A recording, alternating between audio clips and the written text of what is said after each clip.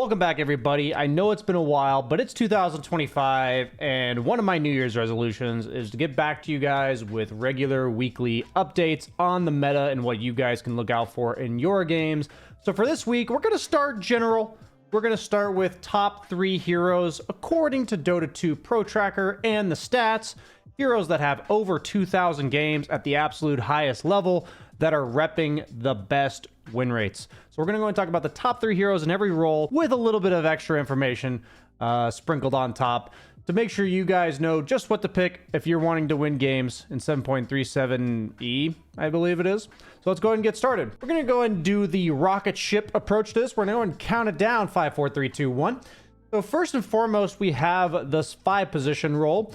The top 3 heroes are Ogre Magi, Clockwork, and Lich. Now, Ogre Magi is a hero that being picked for the facet that gives him his level 3 at level 2. So what's happening is you kind of serve as a body for level 1. Your job is to kind of tank a little bit, but don't force too many trades. Tell your carry to play a chill. Make sure you're soaking XP to get level 2. And the second you get level 2, throw that ignite on them as soon as possible, because it's suddenly a level 3 worth of a spell at level 2, which is an insane power spike. So a lot of the offlaners are even considering picking like a Baden Legion, or I played offlane Slark against it simply because what makes Ogre so strong is his ignite in lane, and having an offlaner with a dispel at level 2 is absolutely the best way to deal with it. So little notes there, but a lot of Ogres are going for Midas. If you're gonna go for Midas, make sure you don't do the whole never buy any wards, never buy any support items. Let's make sure we buy that Midas after we've done our job as a support, because it does make you scale insanely well into the game. And then you usually go like utility items for your team. Clockwork, representing a 52.5% win rate. Similar idea for Ogre. He's like a body in lane, and what his cogs offer is just absolutely nuts. If you're good enough at shuffleboard, you will absolutely own with Clockwork cogs in the laning stage. And then he's a nice initiator, BKB piercing stun, all the U's, can buy a bunch of utility items. And then last but not least, because he's actually first, is Lich with a 52.7% win rate. Important to note that this hero also has a 56% win rate in the lowest MMR. So yeah, it only slightly trickles down over time, but he's representing a minimum 52.7% all the way up to 56%, which is pretty insane. His laning stage is absolutely nuts. With Shard early game, he can solo kill pretty much any core if there's no creep wave nearby. A lot of Liches are opting for a very early Shard. I've seen both facets being taken based on the situation in the game, but obviously the more fun one is the lingering ult one, so definitely try that one out if you're looking to solo kill people. You just got to make sure you at least be near creeps when they die and get used to the fact that his innate gives him no mana regen over time, so don't buy the wrong items when it comes to items that give you flat mana regen. Going on to the 4 position. So what's really important to note about all these 4 positions that have the highest win rates in the Immortal bracket is that all of them have approximately a 50% win rate, the Herald, Guardian, Crusader brackets. But we got Nyx Assassin representing a 52.5% win rate. I feel like if you pair him with any global hero, he's instantly twice as good. So I think that might account for why his win rate's about 2% lower at the lower MMRs. Give him a Dawnbreaker offlane, give him a Spectre carry, and you will die to Nyx +1 all stages of the game. And I feel like the fact that he's allowed to roam as a 4 position and kill some creeps and then come back to lane, kill some creeps, come back to lane, and then serve as a +1 with the Skitter facet that allows him to go over terrain. Just make sure you're abusing your ulti off cooldown, and make sure you ask for at least 1 kill pairing on your team. A Storm Spirit from mid, some mobile hero, or the global heroes. And Nyx Assassin is like 3 times better if that's the case. A little bit of burst to follow him up. Next up, we got Lion at a 53% win rate. Same idea as Nyx, but instead of being like the assassin invis type, he's just more of the straight up disabler. It feels like a lot of the carries right now do suffer a lot against disables, and they do need to be bursted. And it doesn't feel like I want to buy BKB very early in games. And I also, if I do buy BKB, I want to hold on to it for after they've cast spells. So it feels like heroes that are making it difficult for you to pop BKB are already seeing a lot of prevalence in the 4 position role. And then lastly, the highest win rate is 56% win rate in the Immortal bracket, and that is Bounty Hunter. So all 3 heroes very kill oriented. Bounty Hunter specifically, I think he says his win rate's only 50% in the lower brackets. The problem this hero suffers is that if the tempo of the game slows down, Also, he can buy pretty much any item in the game, so you kind of need to itemize properly, whether it's like the Drum Solar Crest, buff up your team build, whether it's like an Orchid to shut down a mid-storm or something like this, whether it's like a Lotus Orb later on in the game to reflect a bunch of single targeted spells. It really does feel like Bounty Hunter is heavily reliant on what items he goes for. If you're a support bounty, I wouldn't recommend items like Ag Scepter. A lot of people are taking the Shuriken talent that lets it pierce creep waves, because now you at least have some way to get levels and farm when kills are not happening in the game. I think that was the biggest change they gave to Bounty Hunter. It kind of gave him the ability to not only kill, but when the game is all about kills, Bounty Hunter feels amazing because every even trade favors his team. And 56% win rate is pretty bonkers. Going into the offlane role, we have number 3 is Doom. Barely rocking a 51% win rate, and he's got an even lower win rate at the lowest brackets. And I have a theory for that because I've played a lot of Doom. He suffers when people just walk away, and he suffers because he can't really show on creep waves. He feels bad. He wants to be off map.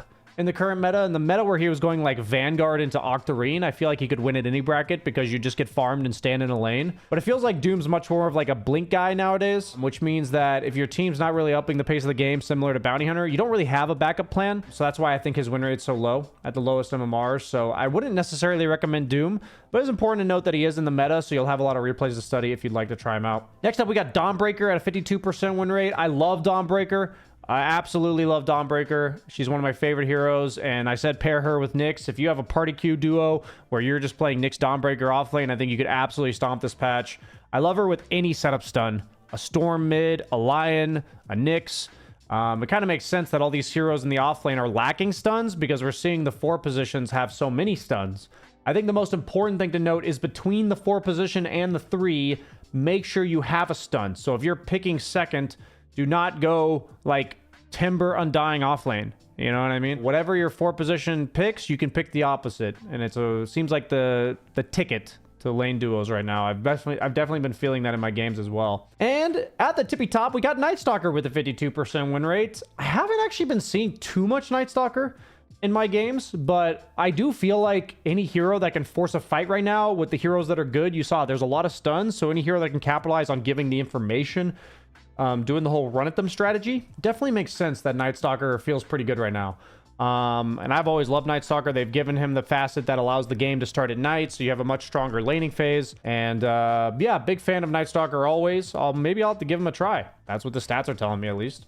So what's interesting about the mid lane next is that all 3 of these heroes I'm about to mention have a 48, 47, 46% win rate in the lowest brackets. And I have an easy theory for that. These heroes require nuance and high skill. So what I'm telling you guys is about these heroes I'm about to say is it's either time to learn them, meaning you're going to spam the shit out of these heroes and you're going to learn them, or maybe best to stay away. These aren't for casual mid laners. So this is for mid lane players or somebody looking to pick up mid, looking to look at some replays, because these heroes are very successful in the highest bracket with a large volume of games, but they are not doing so hot when they are in the hands of a not so capable player. So first up, we got Earthshaker at a 51.8% win rate. Feels like he's the best initiator, just raw initiator. I feel like Tiny was kind of that hero for a really long time. You get the Blink Dagger early. Your Echo Slam pretty much kills anybody with the Slugger Facet and on top of a creep wave. And then you get the Ag Scepter and the Octarine, and you're just like this guy jumping all over the screen, hitting for 700 damage, plus a bajillion stuns. So yeah, it feels like Earthshaker is very powerful. He just suffers from a bit, from like a few ranged matchups in the mid lane. Next up, we got Puck at a 52% win rate. I mean, Puck kind of speaks for itself. Always been a really, really high skill hero. If you're good at it, it's been good in the meta for like the last year and a half. Not too much to say there, to be honest. I think just the Witchblade giving you the kill potential in the mid game has made Puck the hero that it is ever since Witchblade came out as an item. Ember Spirit rocking a 53.7% win rate. I would like to give a shout out to the fact that we don't see Lina on here, even though that's the hero I hear the most complain about, as Lina is a hero that does really well in lane against Ember and Puck, but Lina falls off really hard in terms of survivability. She'll always one-shot people, but what I've noticed about all 3 of these cores that have the highest win rates in the mid lane at the highest bracket is Earthshaker, Puck, and Ember Spirit eventually become nigh impossible to kill when they get items. A lot of Ember Spirits I've seen go like Mage Slayer into Maelstrom, into some survivability item like BKB or Kaya-san, something like this. But yeah, all these heroes scale really well in terms of survivability. So something to keep note of if you're looking to have success in the mid lane. I'm noticing a trend of survivability with these three heroes as the game goes on. High mobility, high survivability, very annoying to kill. Probably speaks a lot about why like Nyx and Lion are pretty good as well, or at least being picked a lot. And last but not least, in the carry role, because I love the carry role, we have another high skill hero rocking at the third place. That is Morphling with a 52.3% win rate. Also a lower win rate in the lower brackets of MMR. Not too much of a surprise there. I feel like Morphling's been good for quite a long time now in the carry role. Very durable, has very few poor laning matchups. And as long as you're capable of pushing that shift button at the appropriate times, I think it's a good time to learn Morphling, because a lot of people aren't even using his ulti very often. A lot of people are leveling stats as well. So out of all the patches to learn him, it's not like he's good because you're playing against Shaker or Earth Spirit and you're taking them over and using crazy spells. That can happen, but I feel like it's the rest of Morphling that's making him good right now. So definitely a good time to learn him if you're looking. Alchemist at a 54% win rate. Absolutely bonkers in my bracket. Important to note that it only goes down over time as you're going through the lower brackets. And I know the reason for this. And that is because that Alchemist is a tempo-based carry that relies on getting his items before the enemy carry and then hitting a timing window. And that is something that happens in the higher tier MMRs, and that is something that does not happen in the lower tier MMRs, where the games go much longer on average. So great patch for Alchemist. The build seems to be Treads Radiance, sometimes Phase, with the Soul Ring, and then you go for either Manta or SNY, and then AC, and then an Orchid into Bloodthorn for the mana that you're now going to need because you're selling your Soul Ring at that point. Some people still go for like Blink BKB, but I do feel like the build that's kind of carrying games is just the run at you build and be tanky and farm really fast. So that's the Mantas and the SNYs into AC, Bloodthorn. And then your last item can be situational. And the number one hero in the carry role that's terrorizing all brackets, not just the immortal one, is Spectre, rocking a 54.1% win rate, using the knife facet that makes it so you have a lower cooldown in reality, and also throws your dagger when you go to somebody with your ulti. And I want to take a few excerpts from a replay to show you guys, just talk a little bit about what's making Spectre good right now, because Spectre has changed so much in terms of her identity over the course of the last few years. She used to be this like super durable, buy Blade Mail Radiance, scale into the late game absolute monster, also operated on a long cooldown. But over time, she's significantly shifted with the like swap of her ags and her ulti, and then the new facets. So I want to show you guys a replay just to talk about the main points in the game to conceptually approach Spectre to make sure you're on the right track. So for my replay, I have Shiro playing Spectre, one of the best players in all of China, no big deal. And what I noticed is that he went for laning items, like the meaning you buy the starting items, you buy stick plus quelling plus some tangos.